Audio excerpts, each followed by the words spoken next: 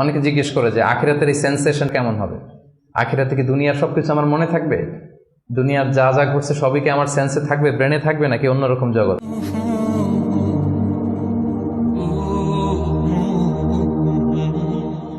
চিরস্থায়ী সুখের সন্ধান পেতে চান, সেটা হবে আখিরাতে, এটা দুনিয়াতে কখনোই হবে না।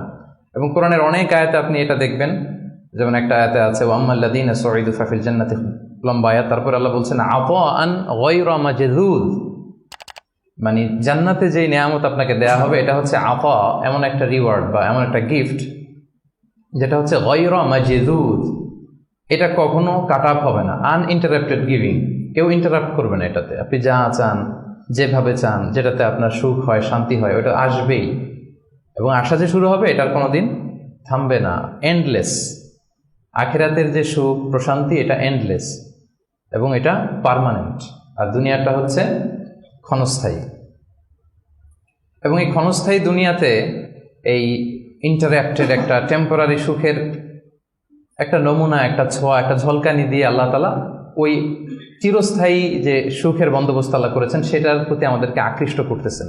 এজন্য সামান্য কিছু সুখ আমরা মাঝে মাঝে একটু পাই এই দুনিয়াতে, যাতে আমাদেরকে বুঝাইতে সুবিধা হয় যে দেখো এতটুকুতেই কি মানে পাগল পারা, তোমরা মাতোয়ারা, তাহলে সেই যে মহাসুখ, সেই মহাসুখানুভূতি তুমি যে পাবে সেটা কত চমৎকার হবে। এবং এই দুনিয়ার এই ছোট্ট অনুভূতি এগুলো কিন্তু আমাদের মনে থাকবে।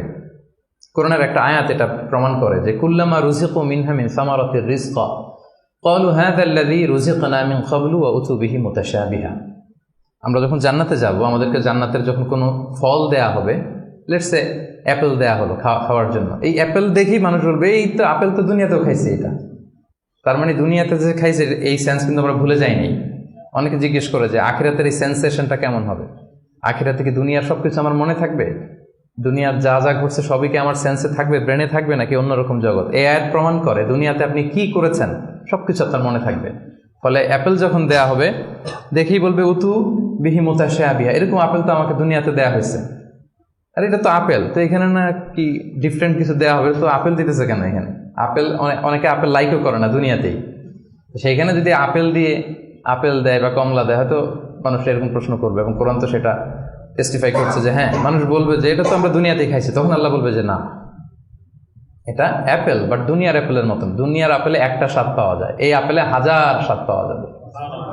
মানে এটার ফিচারটাই আলাদা। এটা খেয়ে দেখো না, তো টেস্টি করো নাই, একটা বাইট দিয়ে দেখো যে কিরকম। তো এই আয়াতটা আমি আনলাম এজন্য যে মানুষের সব খেয়াল থাকবে, দুনিয়াতে কি হয়েছিল, কি খাইছিল, কি করছিল, তার সব হিস্ট্রি তার মনে থাকবে। Be a part of our vision. Do listen and share the khair. Be with our official social media handle for latest updates.